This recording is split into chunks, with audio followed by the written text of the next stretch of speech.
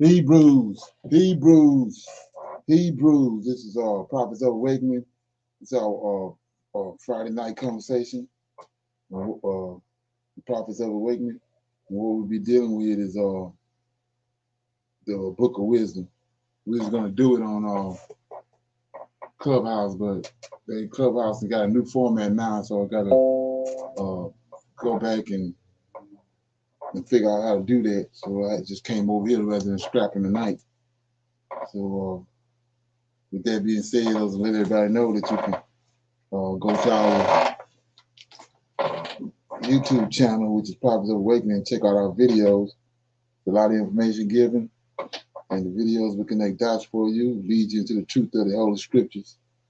And if you like what you're hearing and receiving, I'm asking you to like, share, and subscribe to the channel. It would be greatly appreciated. And for those that don't know, this is a non-Messianic channel. We deal with the Tanakh and the Torah. The Tanakh is the Old Testament, so-called Book of Remembrance, and the Torah is the first 5 books of the Old Testament that was given to Moses by the Lord of Hosts. Shalom and welcome to Prophets of Awakening, and welcome to our Friday night conversation. Okay, so with that being said, I want to we're gonna do our moment of silence, Sabbath prayer, the Psalms. Then we do a little current events, and then we'll some needing on information. And then we'll go into our Q&A, and then we'll go into the topic, which is we're dealing with the Book of Wisdom. That's out of the 54 complete apocryphal book. Okay. So this moment of silence is for the Lord of Hosts and all that He's doing to bring about our prophesied deliverance from these lands that we've been scattered because of our trespass against heaven. Oh Lord, I pray unto the Lord my God. We make our confessions, O Lord, great and dreadful God, keeping covenant and mercy to them that love thee and to them that keep thy commandments. O Lord, righteousness belongeth unto thee, but unto us a confusion of face, as it is this day, to the men of Judah, to the inhabitants of Jerusalem, and in all Israel that are near and that are far off, through all the countries where they thou hast driven us, because of our trespass, but we have trespassed against thee. O Lord, hear this prayer and cause thy face to shine upon your sanctuary and your people for your sake. O Lord, open your eyes and incline your ears to hear and behold our condition. O Lord, hear. O Lord, forgive. O Lord, hearken and do, and defer not for thy own sake. O my Lord, for thy people and the land needs you very much, desperately at this hour. Peace be on you. Okay. So with that being said, we're going to read a song. Okay. Okay. I'll do the song right quick. I'll read Psalm 66. It says, make a joyful noise unto God, all ye lands. Sing forth the honor of his name. Make it, excuse me, make his praise glorious. Say unto God, how terrible art thou in thy works. Through the greatness of thy power shall thy enemies submit themselves unto thee. All the earth shall worship thee, and shall sing unto thee. They shall sing to thy name, Selah. Come and see the works of God. He is terrible in all his doings toward the children of men. He turned the sea into dry land. They were through. They went through the flood on foot. There, there did we rejoice in him. He ruled by his power forever. His eyes behold the nations. Let not the rebellious exalt themselves. See thou, O bless our God, ye people, and make the voice of his praise to be heard, which holdeth our soul in life, and suffereth not our feet to be moved. For thou, O God, hast proved us, thou hast tried us, as silver is tried. Thou brought us into the net. Thou layest afflictions upon our loins. Thou hast caused men to ride over our heads. We went through the fire and through the water, but thou brought us out in a wealthy place. I will go into thy house with burnt offerings. I will pay thee my vows, which my lips have uttered, and my mouth have spoken when I was in trouble. I will offer unto thee burnt sacrifices of fattenings with the incense of rams. I will offer bullocks and goats. See thou, come here, all ye that fear God, and I will declare what he hath done for my soul. I cried unto him with my mouth, and he was exalted with my tongue. If I regard iniquity in my heart, the Lord will not hear me. But verily God hath heard me. He hath attended to the voice of my prayer. Blessed be God, which hath not turned away my prayer, nor his mercy from me.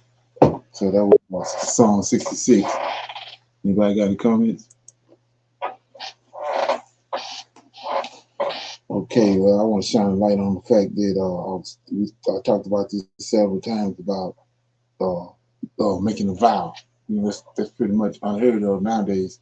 But back then, when those Israelites got in trouble, they made a vow to the Lord. And like he said, with their mouth when they was in trouble. And then they adhered to that vow. And when the Lord came in and adhered to that vow, then, you know, they knew it was no other choice. They knew it was him because they had made a vow. So we're going to read it right here. Verse 12, Psalm 66 and 12.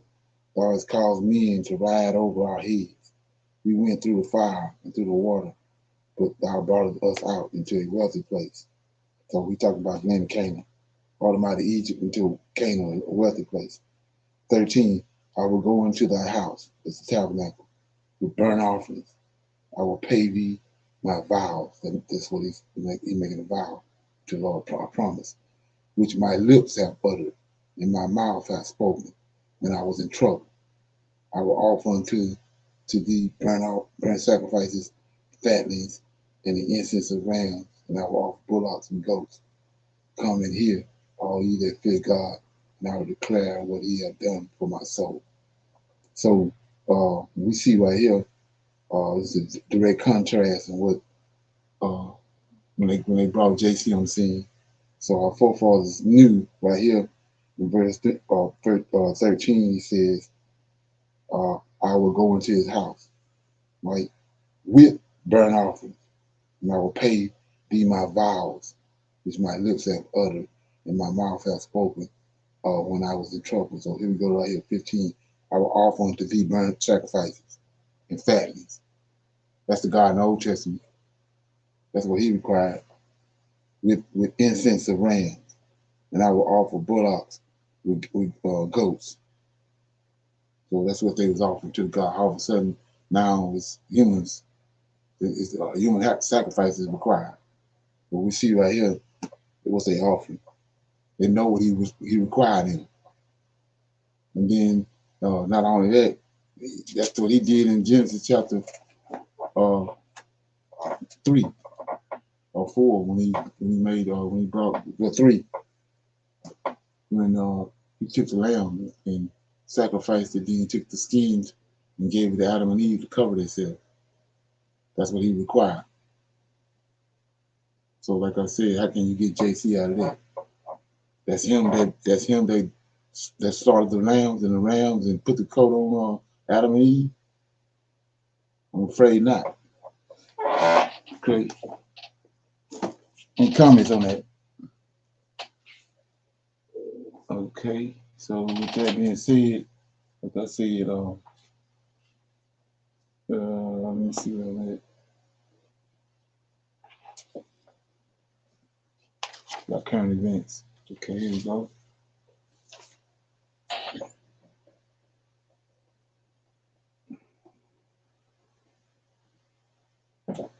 Continent are starting to take a stand against the Western world with their promotion of alternative lifestyles. And we know that in the United States, they are trying to push that into the African continent. And those brothers and sisters are taking a stand against that because it's not conducive for their culture, it's not conducive for their particular religions. Well, you have a brother out of South Africa, Jay Mapanga, that brother.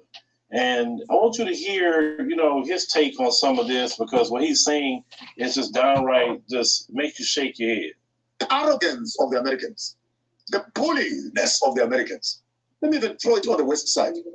America right now comes to Tanzania, comes to Ghana, comes to Zambia with 60 million. And guess what? 60 million only for Zambia.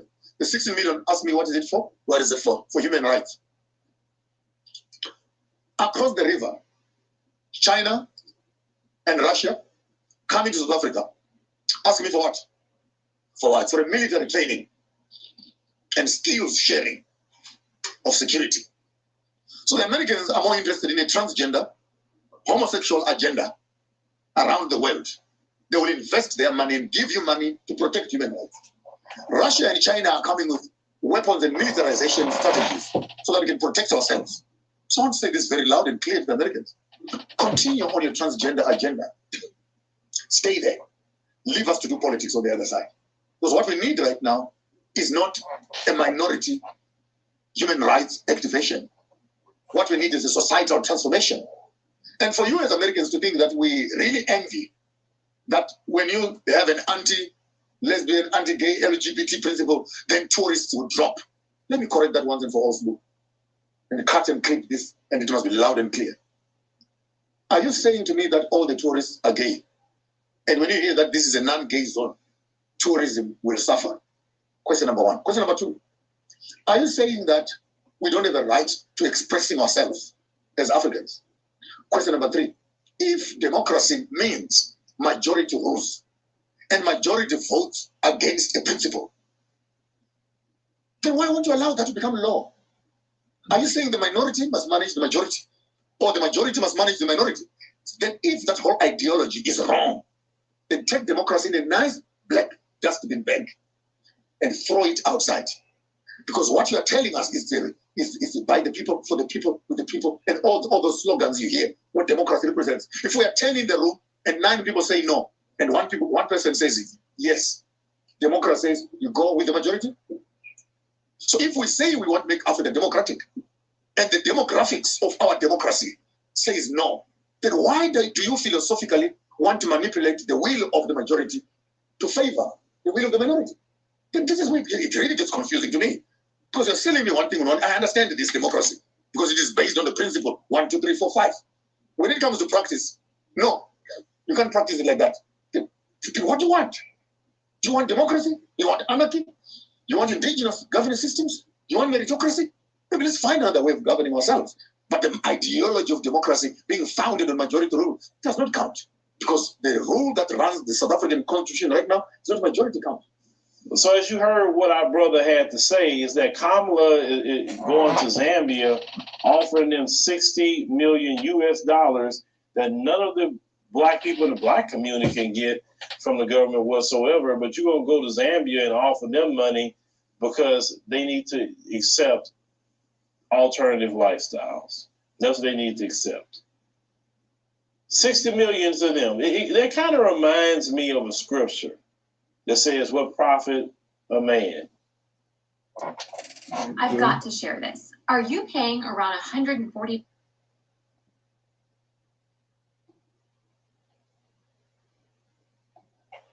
But forfeit his soul. So Kamala is going to African countries and want them to forfeit the soul of their nation for aid money. And any brothers and sisters that take a stand to that, God himself will be pleased with you, and he will bless you, your family, and your country for taking a stand, because you have to follow thus saith the Lord is what you need to follow. Listen what the brother said. He said, while they running around the African continent talking about alternative lifestyles, China and Russia is talking about military and defense. Across the river, China and Russia coming to South Africa. Ask me for what? For what? For a military training and skills sharing of security. So the Americans are more interested in a transgender, homosexual agenda around the world. They will invest their money and give you money to protect human rights. Russia and China are coming with weapons and militarization strategies so that we can protect ourselves. So I want to say this very loud and clear to the Americans. Continue on your transgender agenda. Stay there. Leave us to do politics on the other side. Do you see why more African nations are starting to talk to China and Russia? Do you see why? They're not coming around there talking about what somebody's doing in their bedroom. They're talking about actually defending yourself. And African militaries need to be better. Because if you can defend your nation, then you won't be taken over. If you can defend your nation, then no one can come bully you and tell you what to do. And once again, Kamala didn't go to Saudi Arabia telling them that. She didn't go to Qatar. She didn't go to the United Arab Emirates. She didn't go to Jordan. She didn't go to no Arab nations telling them that, when the penalty for people that's practicing alternative lifestyles is the death penalty. She didn't go tell them anything. Neither did she go over there offering them money, because she know better. The United States know better than going into the Arab world with that. It's going to be a problem.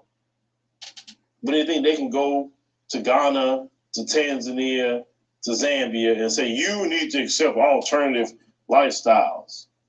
It is a human rights violation. It's also a human rights violation what you did to Tyree Nichols. It's also a human rights violation what you did to Tatiana Jefferson. It's also a human rights violation what you did to George Floyd, or Michael Brown, or Rakia Boyd, or Charlena Lyles, or Corin Gaines. You name them. There's so many people that have lost their lives. Sam DuBose, Alton Sterling. There's so many people that have lost their lives. There's been great human rights violations, and no one wants to call you on the human rights violators that you are. What you do to Black people is human rights violations. It is, completely. And until you get right the human rights violations in your own homeland, how you gonna go to somebody else's country and talk about what somebody else need to be doing with some alternative lifestyles? Why don't you become the beacon of human rights? Why don't you fix the greatest human rights atrocity in the world, which is the slavery of my ancestors? The Jim Crow that has been done. All the millions of acres of land that's been stolen. The inventions that's been stolen from Black American people. Why don't you make that right?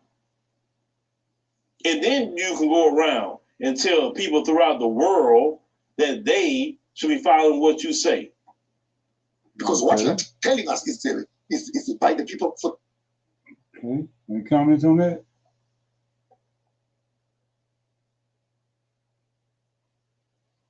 Okay. Got some neat and other information right here. Deal with that. Oh, God. Hold on a minute.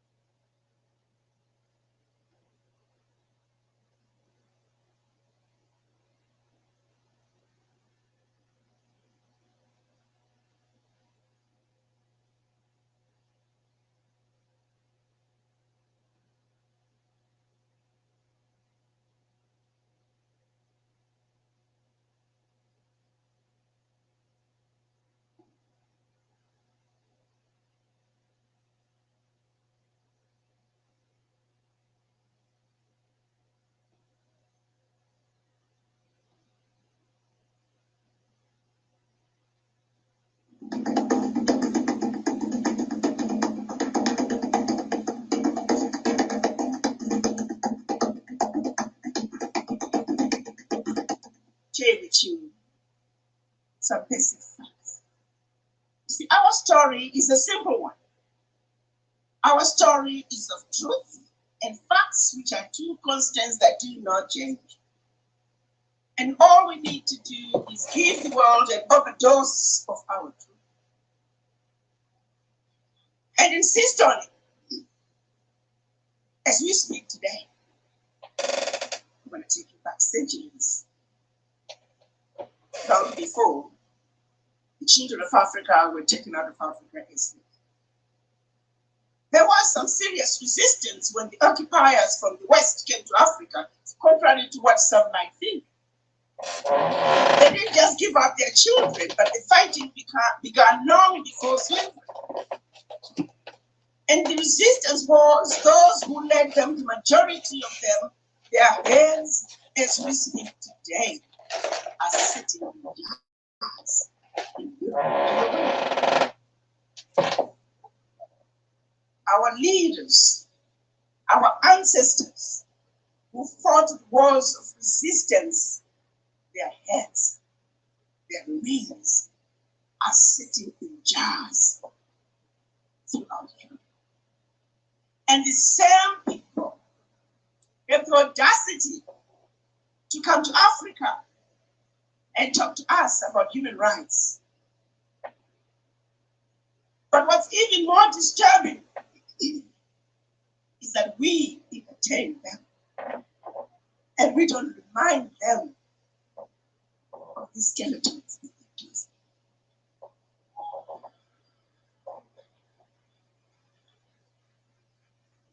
As we speak today, priceless artifacts that they store from all over Africa are sitting in their museums throughout Europe. And when you and I, when we visit Europe, we pay to see what belongs to us. Evidence of theft, evidence of murder in display, on display in places. As we speak today, Black people are listed as 3/5 of the human being in the US Constitution. As we speak today, redlining continues. As we speak today, African countries are being made to pay ridiculous interest rates on loans that they should not be paying for.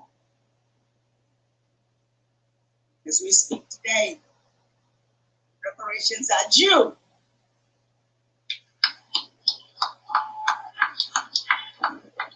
Everybody else has been given reparations, expect us.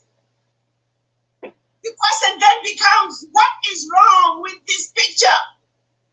Why aren't you and I standing up and demanding that what is right must be done?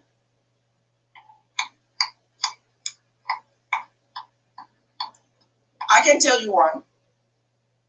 Because no other race would stand for a minute what is being done to us. How long do you think a finger of a British soldier lasts in Zimbabwe? How long do you think a thumb of a German soldier lasts in Namibia? Not even a minute.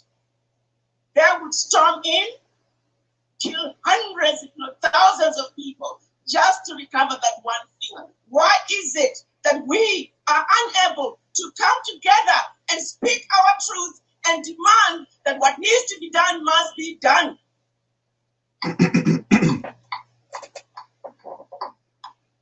It's because they defeated us where it matters the most, which is the mind.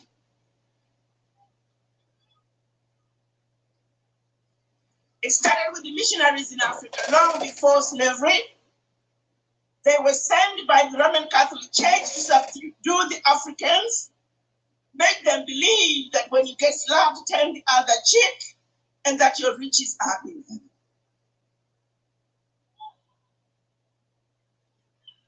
So by the time they followed with the colonizers to rape and rape Africa, we were already brainwashed. We were meant to believe everything African was bad and undesirable, and everything European was better. And the same brainwashing continued as our children were taken out of Africa as slaves. It continued on the plantations, color gradations, light skin versus dark skin, field workers versus kitchen workers. To this day, we suffer from the legacy of slavery and the legacy of colonization.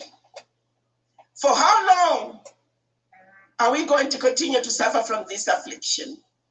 For it is singularly the reason why we are not able to come together just like other races and nationalities have done in this melting pot that is the United States of America.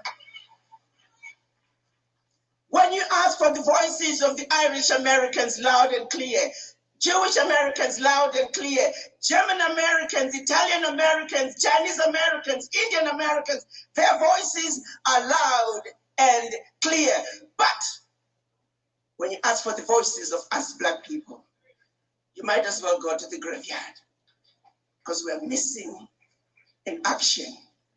We were taught, we were brainwashed into not even loving ourselves as individuals, let alone each other.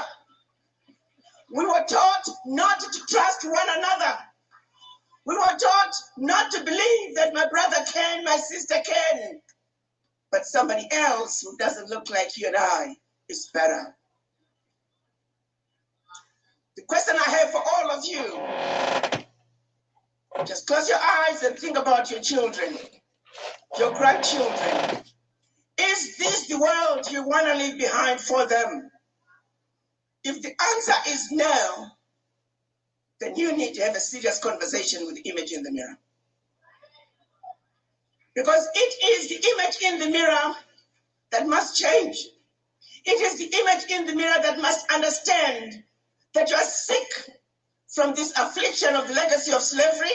You are not sick at home. You are not sick in the doctor's waiting room. You are not sick in the hospital ward. You are sick in the intensive care.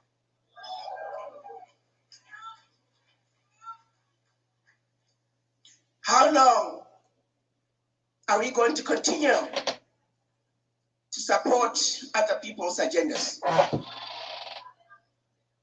Those who stood up to fight during the civil rights movement, during the Pan-African days in Africa, civil rights in the United States, they were all silenced.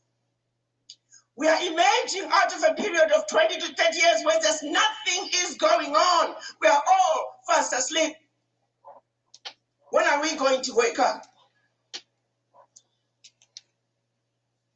Reverend Al Sharpton is saying, the time to wake up is now.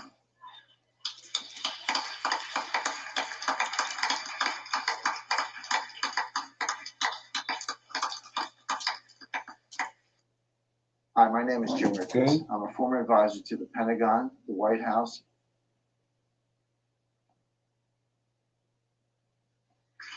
Reparations now. We know all the companies that benefited from slavery. We have their name. We have the list. They must pay. As we speak, many have placed their contributions. Guess what's going to happen, my brothers and sisters? Because we're not organized, we will never realize those funds. And they will hide behind, oh, they're disorganized. They don't know what they're doing. I am now going to be asking Reverend Al Sharpton to lead us as we demand those reparations. We need to register a global Pan-African fund that can make sure that we have development in Black communities where it belongs. Those funds must be organized. Those funds must be paid for. Reparations for Black people now.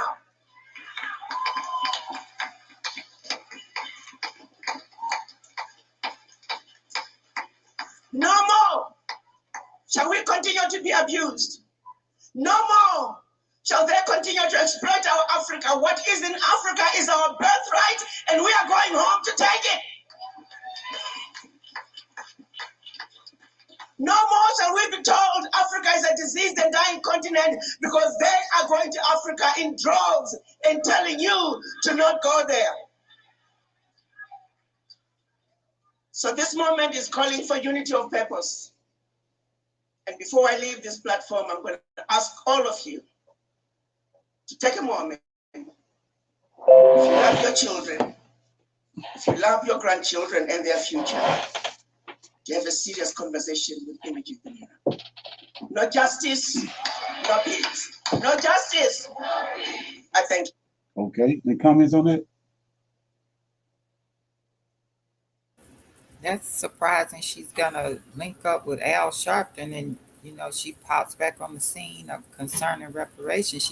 She's been out of the, movement for a minute.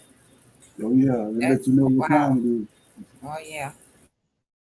She's working with them. It's business as usual. They got a. I mean, if people haven't seen it, they got these boule and all these Negroes like her, sheep herders. They trying to running us back in Africa. So they want us there. They're using them to do it. They know what's coming. Everybody keeps saying something coming. Yeah, whatever it is that's coming is gonna run us out of here. That's the part of the plan. Okay. So with that being said, I'm opening up for some questions and comments and dialogue anybody want to have right now about something that came across, what we talked about yesterday or whatever, what you want to talk about. Like I said, we can go on Clubhouse. They got a new format, so we got to redo my app, Clubhouse app, in order to set rooms. Probably do that Sunday. Anybody got anything they want to talk about or questions or something they want to elaborate on? Okay. Nobody have nothing. Topic for discussion is the Book of Wisdom. I'm gonna be reading out the Book of Wisdom, but before I do that, I wanted to deal with the fact that why is it that they calling wisdom she and her, and why is they say that wisdom is a woman? I want to read some couple of verses out of Proverbs. So chapter 1, you keep in mind what I'm reading right here. It's gonna come back up again. It says the Proverbs of Solomon. So the Proverbs of Solomon. So you understand about Solomon is that he prayed to the Lord, the host, for wisdom, and he came and gave him wisdom. And not only did he give him wisdom, he gave him riches beyond his imagination. And the reason being was because he didn't pray for wisdom. I mean, he didn't pray for wealth and all that. He wanted the knowledge and a greater understanding of how to rule and govern Lord of Hosts people. So because of that, Lord of Hosts, endowed everything else on him and wisdom.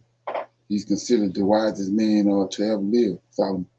So it says, Proverbs chapter 1, verse 1, the Proverb of Solomon, son of David, king of Israel, to know wisdom and instruction, to perceive the words of understanding, to receive the instructions of the wisdom, justice, and judgment, and equity, to give stability to the simple, to the young man, knowledge and discretion. A wise man will hear and will increase learning, and a man of understanding shall obtain unto wise counsel. To understand proverbs and the interpretation, the words of the wise in their dark sayings. Okay, so we see right here Solomon telling you to you know, to pursue wisdom. That one of the things I want to shine light on before we get into this is he says, I was talking yesterday, Most High said, the Lord of hosts said that Jacob he loved, right? And Esau he hate. And nobody really go into that to figure out why is that the case. Him being all knowing, right? Him being looking on this book of life or these scriptures, that's in heaven. He says Jacob is a robber. He goes around robbing and stealing, especially from his own brother, so-called brother. He stole from him, stole his land, stole his identity. So he hates robbery, and he hates usury. So that's the reason why he hates Esau. And then he loved judgment. That's the reason he loved Jacob, David, Solomon, and those kings, Moses and Joshua. Those being about judgment. From that, descendants from Adam, which eventually became Abraham, then Isaac, and then Jacob.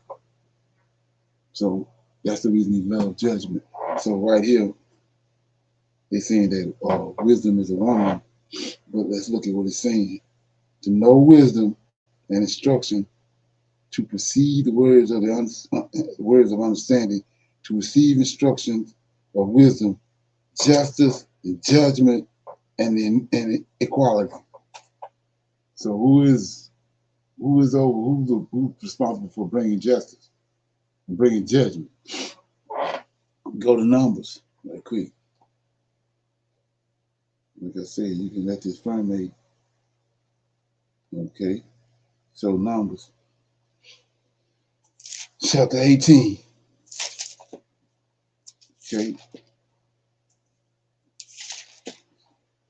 chapter 18 says the provision of the priests and the Levites. And the Lord said unto Aaron, thou and thy sons and thy father's house with thee shall bear the iniquity of the sanctuary. Thou and thy sons with thee shall bear the iniquity of the priesthood. And thy brethren also of the tribe of Levi, the tribe of thy father, bring thou with them thee, and they may be joined unto thee and minister unto thee. But thou and thy sons with thee shall minister before the tabernacle of the witness. So we see right here, all men. They're the ones, these the ones that judge Israel, they guide Israel and they lead Israel, priests. So Solomon just said that they're the ones that's going to bring the judgment. So and he said that to seek wisdom, then wisdom is going to lead you to the judgment. So think about that. Just let that permeate. That's just something to think about. So, and then we know we got these 7 angels. We got these 7 angels: Michael, Gabriel, Raphael. Like I said, none of them names. Nobody named Rita L or Tina L. None of that. It's straight males. Okay, we see that. So in between these 7 angels and the priesthood is a woman. Let that firmate. Okay.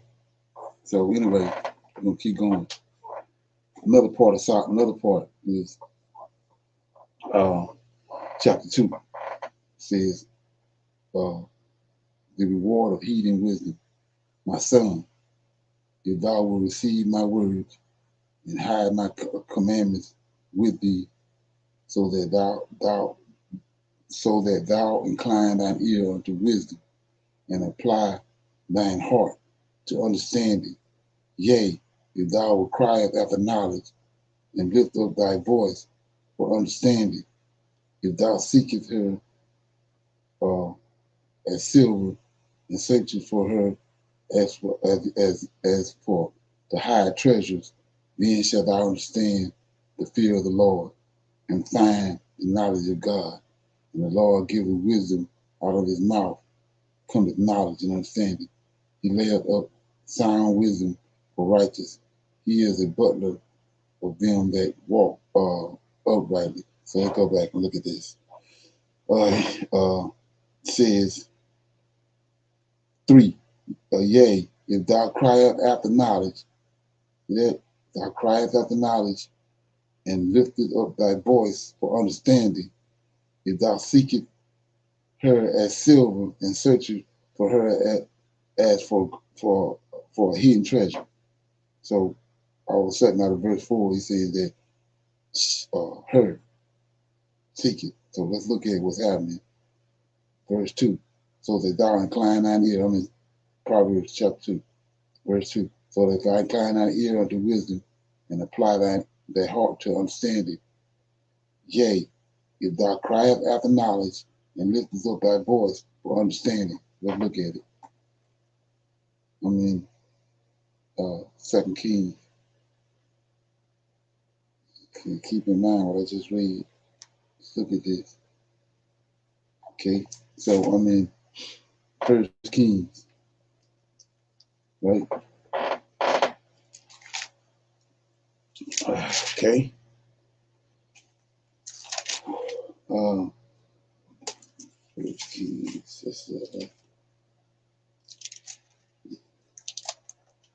Okay, I'm just gonna read some of the verses. This is Solomon, David getting ready to pass away. Solomon being made king. So in chapter 2, this is what David. Remember what I just read. It said if he cried out for her, right? So we're gonna see what it was that these clowns plugged that in there. So chapter 2, 1 Kings. Now the days of David drew nigh that he should die, and he charged Solomon his son, saying, I go the way of the earth. Be thou strong, therefore, and show thyself a man, and keep the charge of the Lord. See that? Keep the charge of the Lord, thy God, to walk in his ways, and to keep his statutes, and his commandments, and his judgments, and his testimony, as it is written in the law of Moses, that thou mayest prosper in all that thou doest, and whatsoever thou turnest thyself. The Lord may continue his word, which he spake concerning me, saying, if thy children take heed to their way and to walk before me, that walk for me in truth, and with their heart. That's what we just read. Solomon said, with their heart and with all their soul, there shall not find thee, said he, a man on the throne. So he's going to crying out right here. They're crying out to the Lord. They're seeking the Lord for knowledge and for wisdom, and not a woman that's been inserted. Okay, then 5. Moreover, thou knowest also what Joab the son of Zeruiah did to me, and what he did to the captains of the host of Israel, and to the Abner his son. Okay, anyway, so now let's go, keep going. That's the advice that David gave Solomon. Told him to seek the Lord, cry out to the Lord, seek him for knowledge and understanding, not just fictitious woman they got right here. So anyway, when Solomon, let's look at it, made sacrifice. When Solomon prayed. Let me get that bunch in the temple. Okay. I'm gonna start right here. Let me see.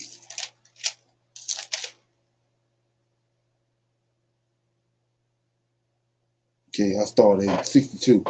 This is when Solomon was getting ready to prepare the temple, and then the covenant that God made with Solomon.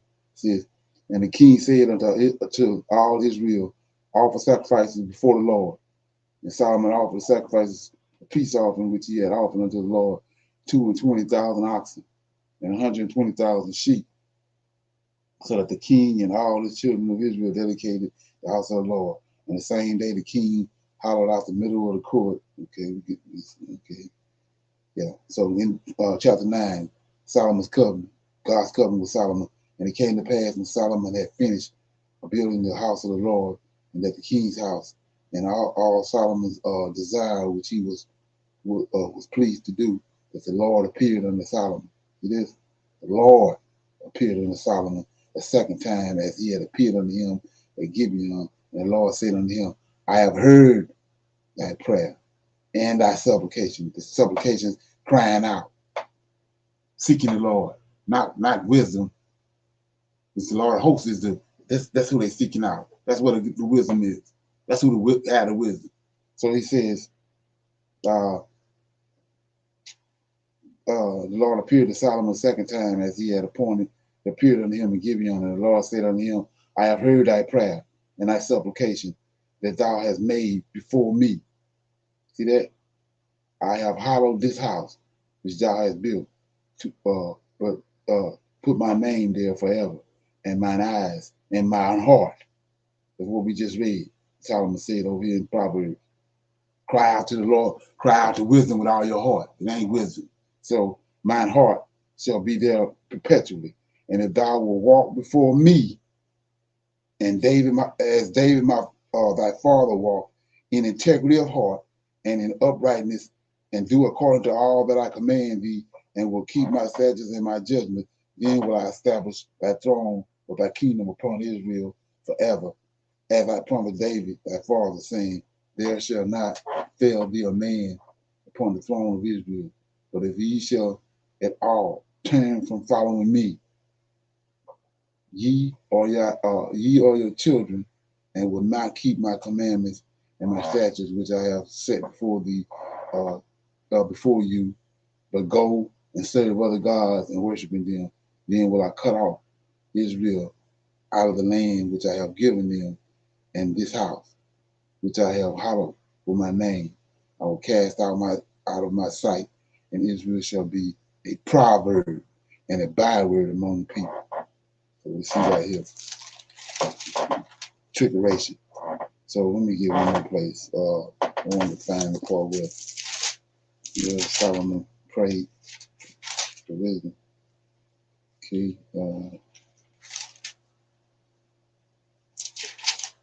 Okay.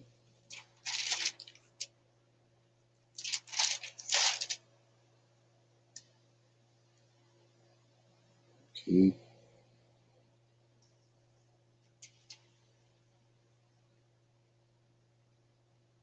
So it says, and God gave Solomon, Psalm 1 Kings chapter 4, verse 29.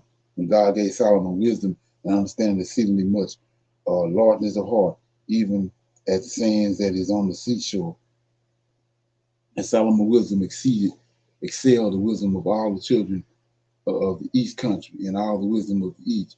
For he was wiser than all men, than Ethan the Ezrahite, and Heman, and Kilcol, and Dorda, the sons of Mahal, and his fame was in all the nations round about. And he spake 3,000 proverbs, and his songs were 1,005. And he spake of trees, from the cedar tree that is in the Lebanon, even unto the heights up that springeth out of the wall. He spake also of beasts and fowls and creeping things, of fishes. And there came with all the people to hear the wisdom of Solomon, for all the kings of the earth which had heard of his wisdom. So we see right here that the Lord of hosts gave him the wisdom. He went to the Lord of hosts and got the wisdom. He cried out to the Lord of hosts. He didn't cry out to wisdom. He cried out to the Lord of hosts, and the Lord of hosts has wisdom and knowledge. And you know, he's looking on his book in heaven, and he gave it to him. He ain't no woman. So you have to go back to the history of what Christianity is.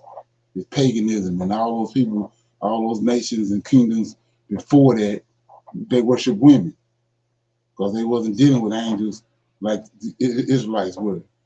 They was dealing with angels. They knew better. The Egyptians worshiped the woman.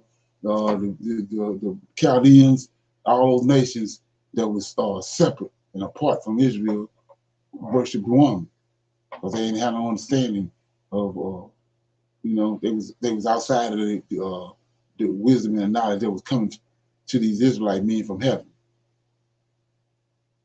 So it goes way back. Even when you look at which is going to play in effect in a minute when I'm getting ready to play, the owl. It was an owl that they did that the owl, right? That the Moabites worship Moloch, and they burnt their children in the fire to Moloch, but that's a male entity, Moloch, but they had it had features on it like a woman, but it's Moloch, it's a male owl, but they put female characteristics on it. Okay, and then we know what. Go ahead. I'm sorry, sir. I was just going to add, just while you were on the owl, to this day, they still worship that owl in those mountainous countries, those six. They get out there and do all their rituals and stuff still. Okay.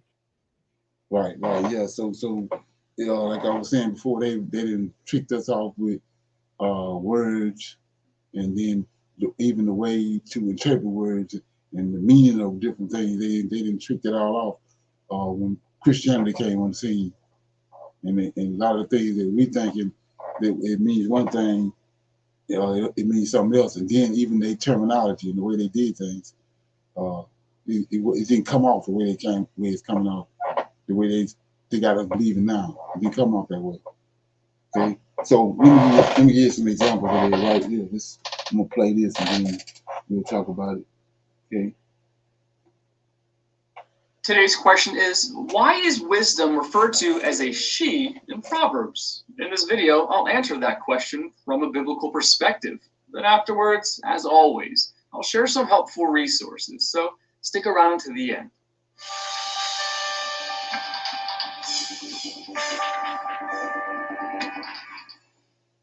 In Proverbs chapter 1, verses 20 through 33, and Proverbs chapter 8, verse 1 through chapter 9, verse 12, wisdom is personified as a woman who has much to offer, including enduring wealth and prosperity and life to anyone who would heed her words. We will look at Proverbs chapter 8 in particular. So let's look at that right quick. I don't want to start stopping this, but he just said that he was reading and he said Proverbs possess riches. Well, who gave Solomon the riches? Solomon prayed for wisdom, but who gave Solomon the riches and the gold and all that? Wasn't wisdom? It's the Lord of hosts. See that how they twisting understanding that up? Okay. Since it seems to be a jumping off point for some creative proof texting by cults such as the Jehovah's Witnesses to arrive at conclusions with no textual warrant. Exactly. We will cover the three subjects that are often disregarded when considering these verses: figure of speech, genre, and grammatical gender, to focus on the question, why is wisdom a she? Let's start with figures of speech. These, by definition, should not be taken literally. For example, and the Lord said, what have you done? The voice of your brother's blood is crying out to me from the ground. Genesis chapter 4, verse 10. Did Abel's blood actually cry out audibly from the ground? No. The Lord was using a figure of speech called personification, or prosopopoeia, to help Cain understand the inescapable nature of sin. We realize that Abel's blood was inanimate, non-articulate, and in no way capable of speech. Its cry is just a literary figure. We cannot formulate a doctrine that says blood actually speaks after a person dies. This may sound like common sense, but people can and do invent such teachings. We must be alert to figures of speech, because in figure, God's exact words will not equal his exact meaning. In Proverbs chapter 9, verse 2, wisdom is not literally a woman who prepares a banquet. Wisdom is an intangible quality. And Solomon describes it as if it were an actual person. Personification, again. But why is wisdom a she and not a he? As we answer that, let's consider genre. Proverbs chapter 8 is poetry, one of the many genres found in the Bible. This is important to consider, for if we do not know what we are reading, we will not know how we should read it. A reader will always make some sense of the words, but if genre is not considered, the reader will likely miss the author's intent. For example, if we're reading Treasure Island, it's important to understand it as a novel, that is, a work of fiction. This understanding will prevent our seeking out the family history of Jim Hawkins as if he were a real person. When reading the Bible, if we do not understand an author's intent, then we will not understand God's intent, which of course is what matters when it comes to interpreting his word. Proverbs chapter 8 is a specific type of poem called an encomium, a poem of praise. Other encomia in scripture are found in 1 Corinthians chapter 13 in praise of love, Hebrews 11 in praise of faith, and Proverbs chapter 31 in praise of the virtuous wife. We cannot interpret the Bible's poetry in the same way we do its historical narratives, its prophecies, its apocalyptic passages, etc. For instance, we cannot treat love is patient, love is kind, 1 Corinthians chapter 13, verse 4, in the same way as when anyone has a swelling or a rash or a shiny spot on their skin that may be a defiling skin disease, they must be brought to Aaron, the priest, Leviticus chapter 13, verse 2. The first passage is effusive, the later exacting.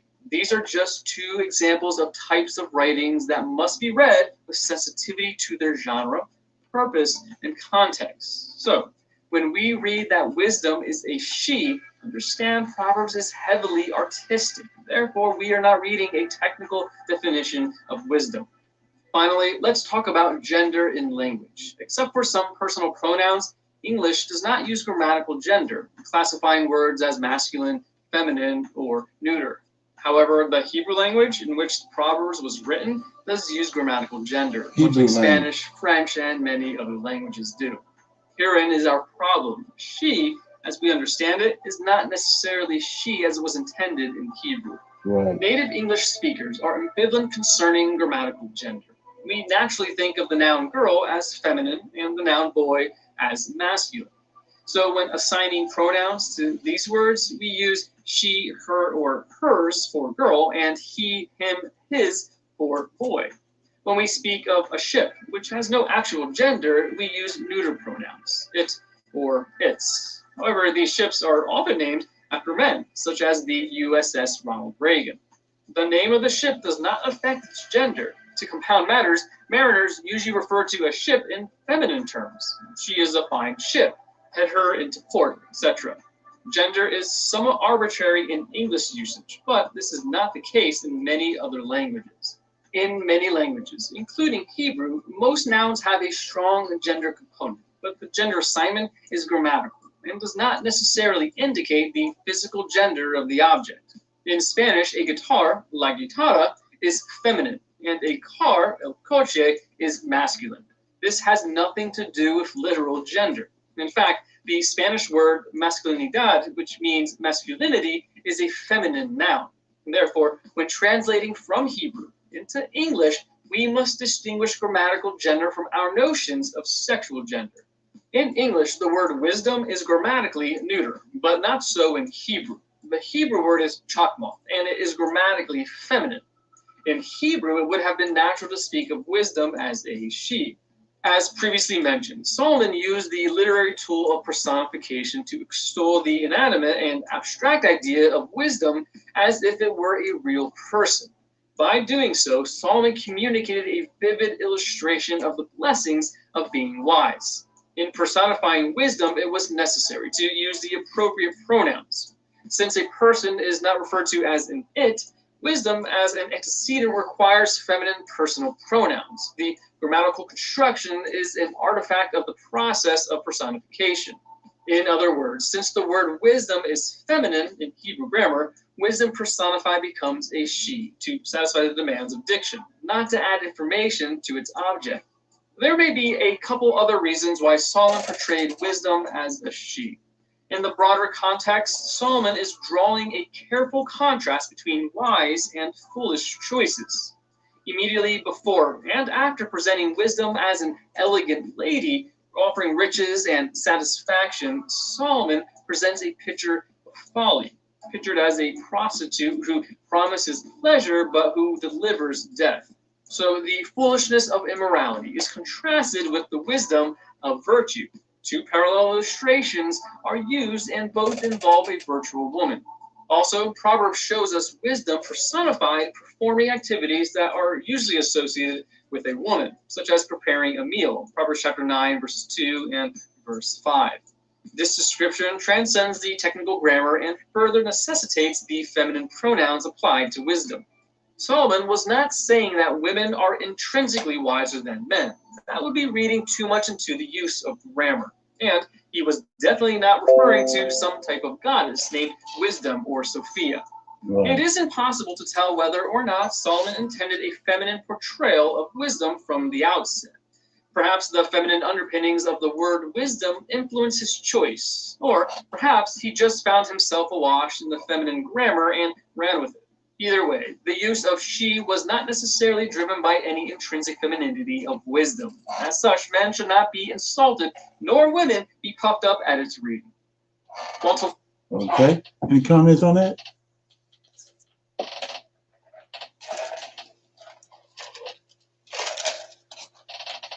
Anybody get anything out of that? Okay, yeah, so we see the Egyptians did the same thing with the sun. The Egyptians personified the sun. And then when the Greeks came, they went all the way to the left and took the sun out the sky and made a man out of it. The Egyptians understood they were just personifying a certain characteristic of just like with wisdom, they're just personifying that, but it's a masculine, masculine. When you're dealing with it, when you, like I was just breaking down, you see what they're doing. So it says that the Yahweh, the Lord of hosts gave Solomon riches and gold, but they telling you that wisdom possesses riches and gold. No, wisdom don't possess riches and gold. The Lord of hosts possesses it. He gave it to Abraham. He gave it to Isaac. He gave it to Jacob. It ain't but wisdom. So anyway, like I said, the Egyptians personified the sun. They connected the Pharaoh with the sun. They gave the sun the male characteristics, and then the Pharaoh was connected to the sun because they personified the sun. When the Greeks came on the scene and conquered Egypt, they took it from the sky and made a man out of it, which is the Christos, Black Madonna and child. They took it out of the sky and made an actual person out of it, which was beginnings of Christianity. And like I said, they worship the Nile River. That's where baptism comes from. They took people down to the Nile River, dipped them in the Nile River. You don't see nobody being dipped nowhere else in the Old Testament. It came from Egypt, the Nile River. There's the reason the Lord of Hosts turned it into blood, because they worshiped it. And so he showed them that, you know, I control this. He turned the whole thing into blood. So like I said, all that's paganism. You know, you got to get away from it. You're limiting your understanding on the scriptures, and the scriptures not able to be opened all the way up as long as you're getting hung up with these things. Okay. Shalom, I'd like to say something. Okay. Whenever the Most High destroyed all of their things back when we look in the Torah, they kept coming trying to find a better way, a bigger way. So they went to idolatry with the different idols to worship, and when they put the gold to it to make it more profound, you know, that this is the way, this is how you go, you know. Right. So it's just like that, you know, with the day, but if they go back, like you said, and go back, it's not a woman. They put this persona. That's again the trickery in the garden, you know, going to the woman, you know. So it is a you know, a prophecy that's coming true. This whole Proverbs, how they tried to trick it and say wisdom is a choice. It's a choice. It's not a choice because it is you know, Yahweh.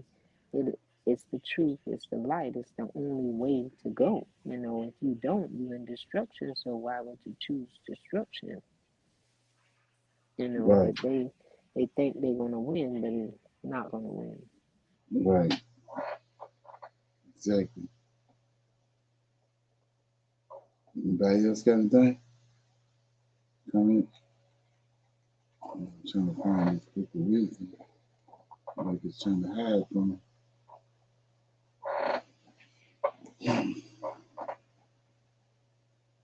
Okay. More comments?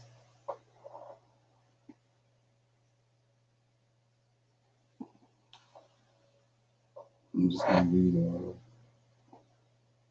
few chapters out here.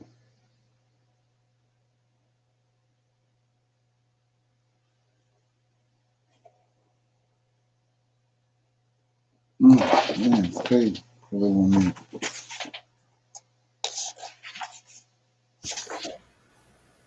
Look at page 41, Brother Leonard.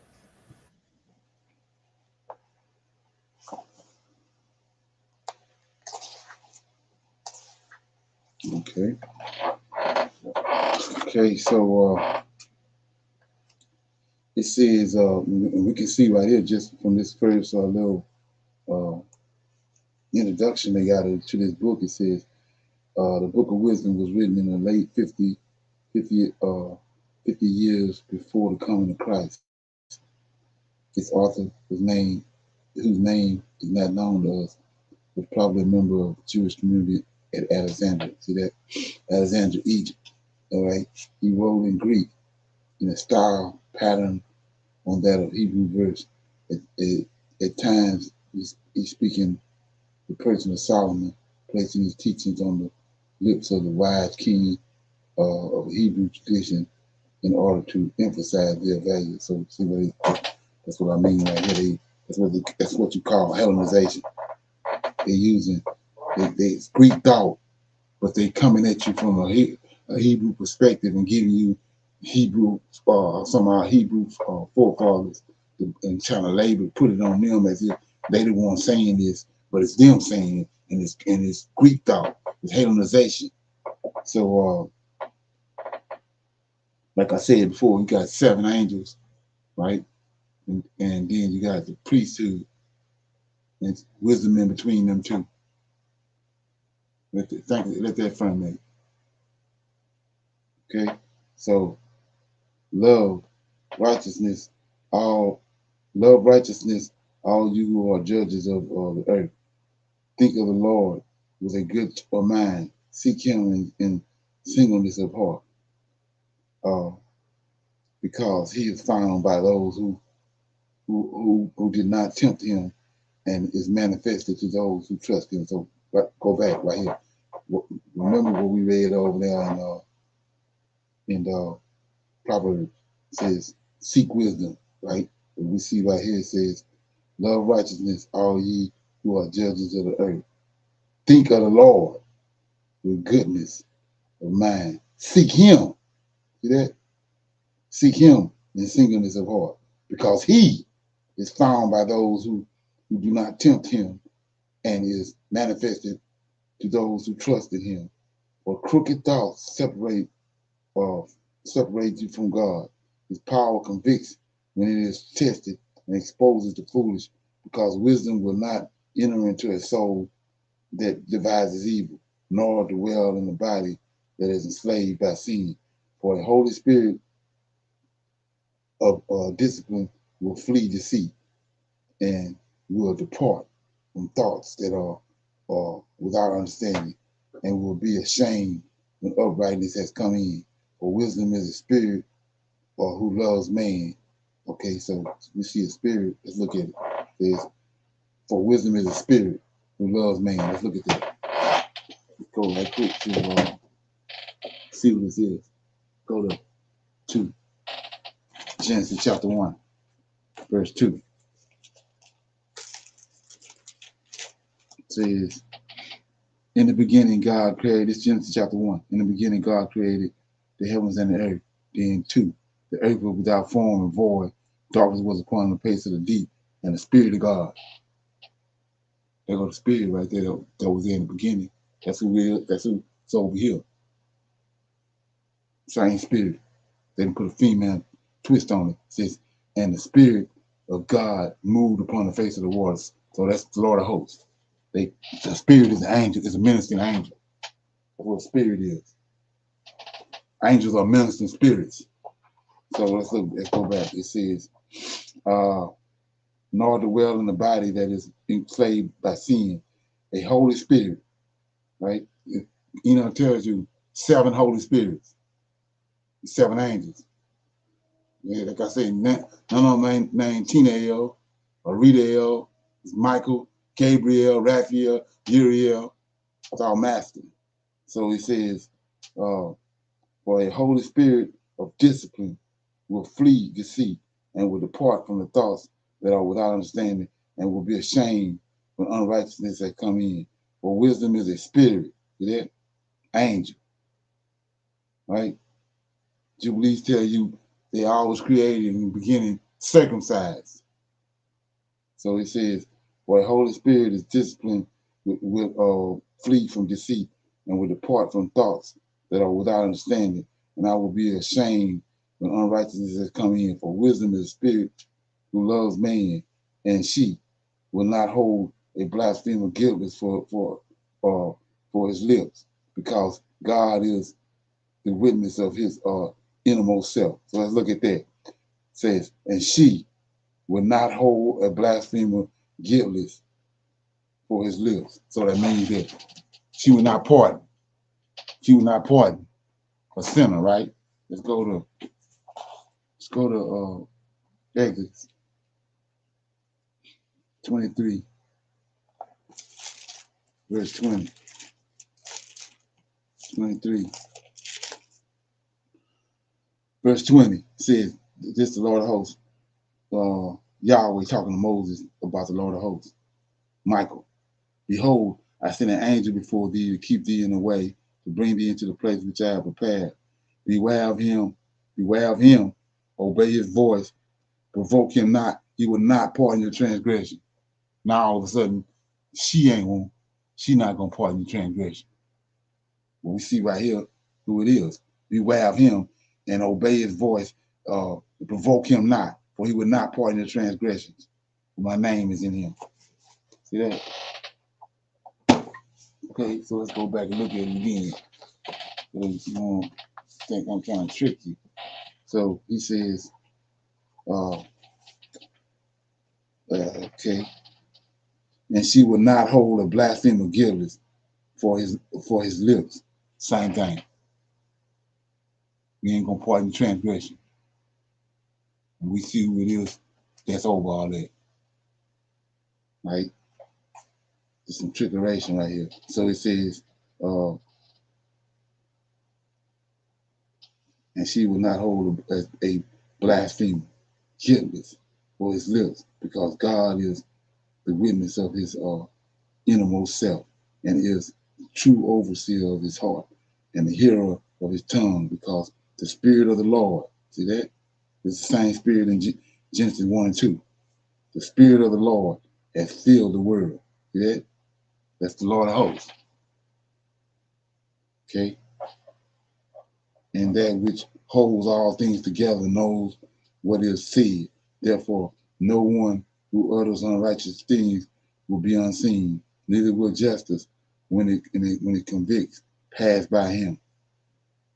him by. For in his counsel the ungodly will be searched out, and the sounds of the words which come to the Lord to bring his lawless deeds to conviction, because a jealous ear listens to all things, and the noise of murmuring is not hidden. Beware of them then of unprofitable murmuring, and keep your tongue from slander. So let's look at this.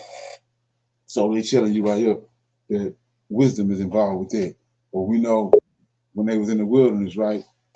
They murmured against Moses. Miriam and Shalom, bro. So they murmured against Miriam and Moses, murmuring against Moses. And the Lord of hosts heard it. and he dealt with them. Matter of fact, he turned Miriam white. Then they murmured with Moses at the with the quails, and he killed a whole bunch of them. He choked them with the quail. So, who is it that's hear this murmur? Who is this that hear all things? It ain't wisdom. It's the Lord of hosts. And it ain't no difference in what they're doing right here with wisdom than what they did with JC. They got JC, everything JC doing, the Lord of hosts doing it in the Old Testament. So it ain't nothing new under the sun. They doing the same thing with that they did with JC. We see 3 angels that came in Genesis chapter 18, and then they tell you in the New Testament that one of those angels was Jesus. And it simply tell you 3 angels. He ain't no angel. So it's the same thing right here.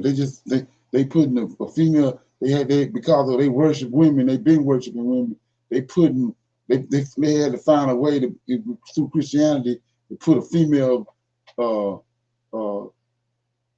in that situation. When we see in the Old Testament, they ain't there. Book of Enoch, they ain't there. Just another way to see the paganism in this. So anyway, it says, because no secret utterance will go to his way void, and a lying mouth destroys his soul. Do not court death in the era of life, and do not draw destruction on yourselves by the works of your hand, because God did not make death, neither does he delight when the living perish. For he created all things that they might live, have being. The generative powers of the world are wholesome, and there is no poison or destruction in them. Nor does Hades have royal dominion on the earth, for the righteous is immortal. But ungodly men, by their hands and their words, summon death. Deeming him a friend, they wear themselves out for him. They made a covenant with him because they are worthy to belong with him. Okay, I'll read chapter 2 now. That'll be it. Okay, let me see after that. So it says, and they say within themselves, with unsound reasoning, our life is short and sorrowful. There is no healing when a man comes to his end, and no one was ever known who was released from Hades, because we were born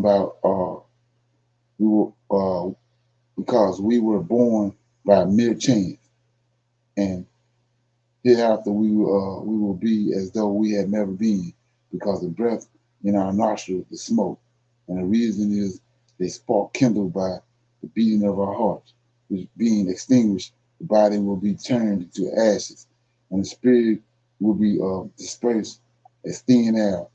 Our names will be forgotten in time.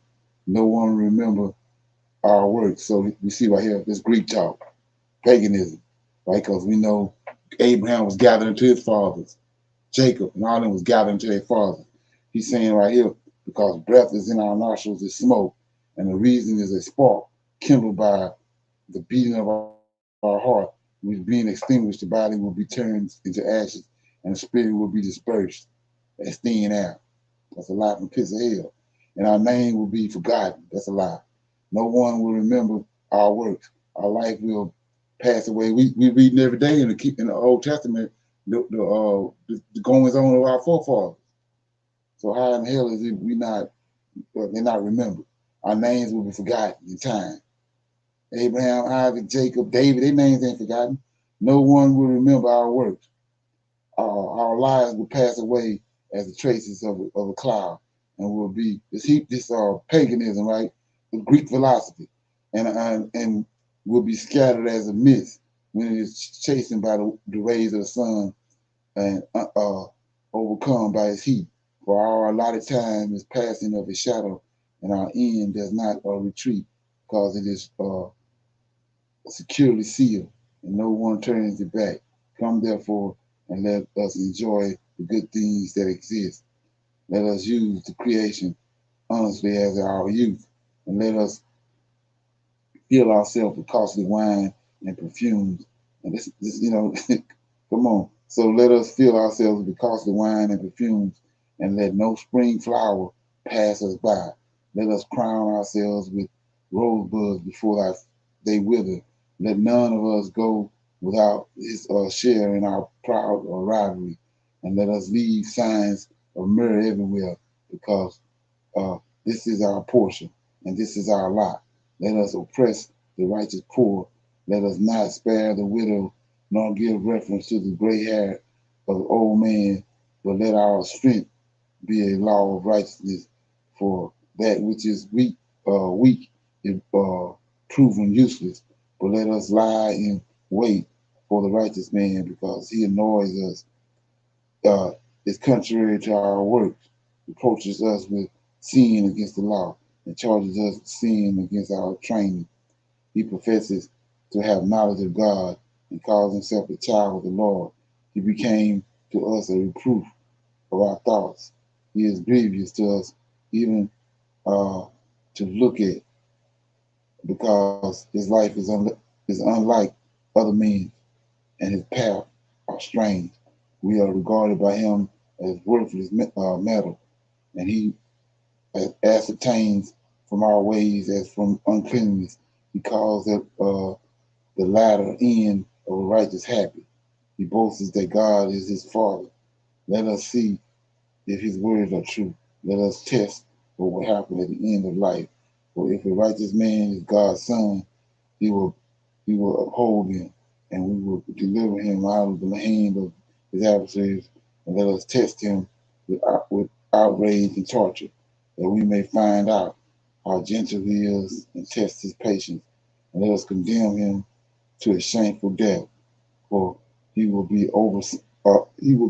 overseen according to his words. So they reasoned, and they were laid astray, for their wickedness blinded them, and they did not know the mysteries of God, neither did they hope for the wages of holiness, nor did they discern that there is a prize for the blameless soul. Let me see that. Okay, because God created man for incorruption and made him an image of his own perpetuality, but death entered into the world by the envy of the devil, and those who belong to him experienced it. Okay. So that was, I read chapters 1 and 2 out of the Book of Wisdom. Any comments on that? You notice how they went all the way to the left. It started out halfway decent, but they went all the way straight paganism, Greek, what you call it, Hellenization.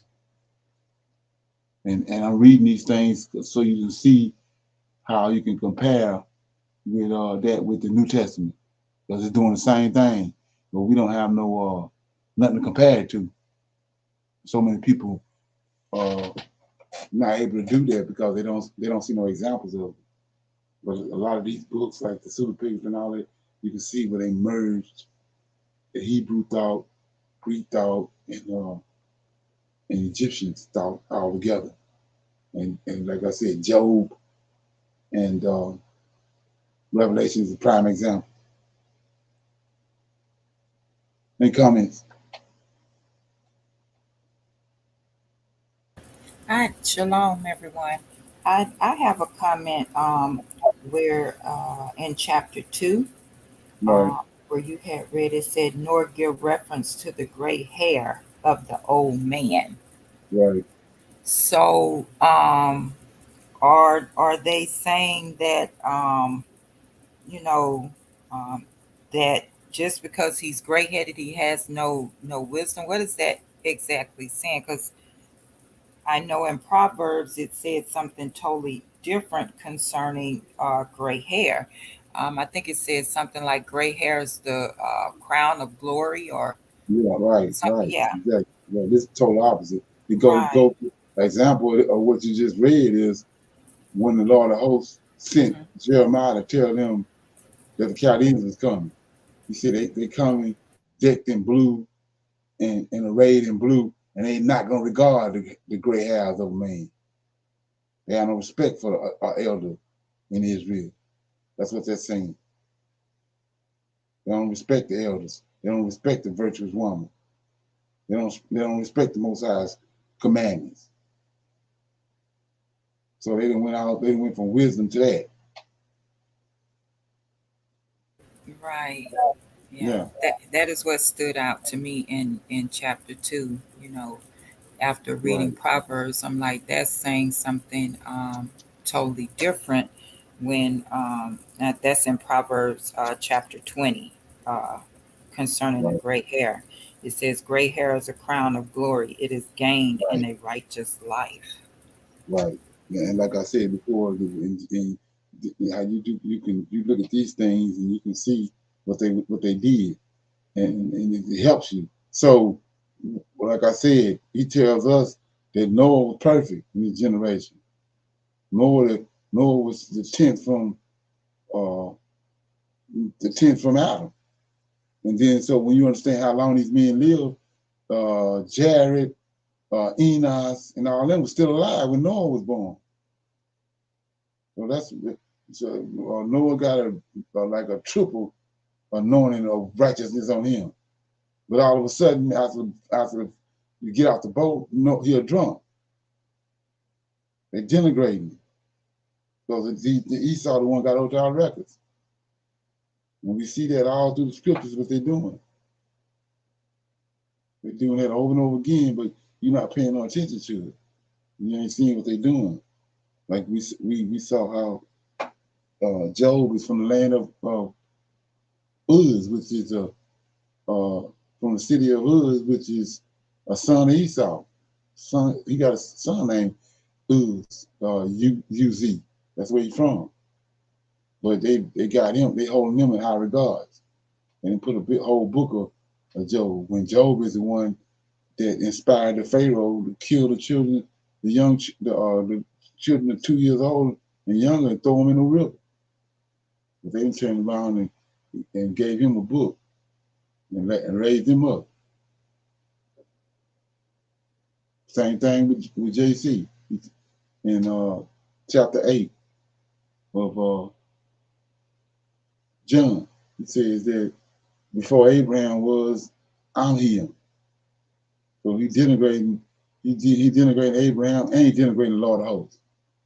Because you go to chapter 18 of Genesis, he ain't nowhere there. He ain't there at all.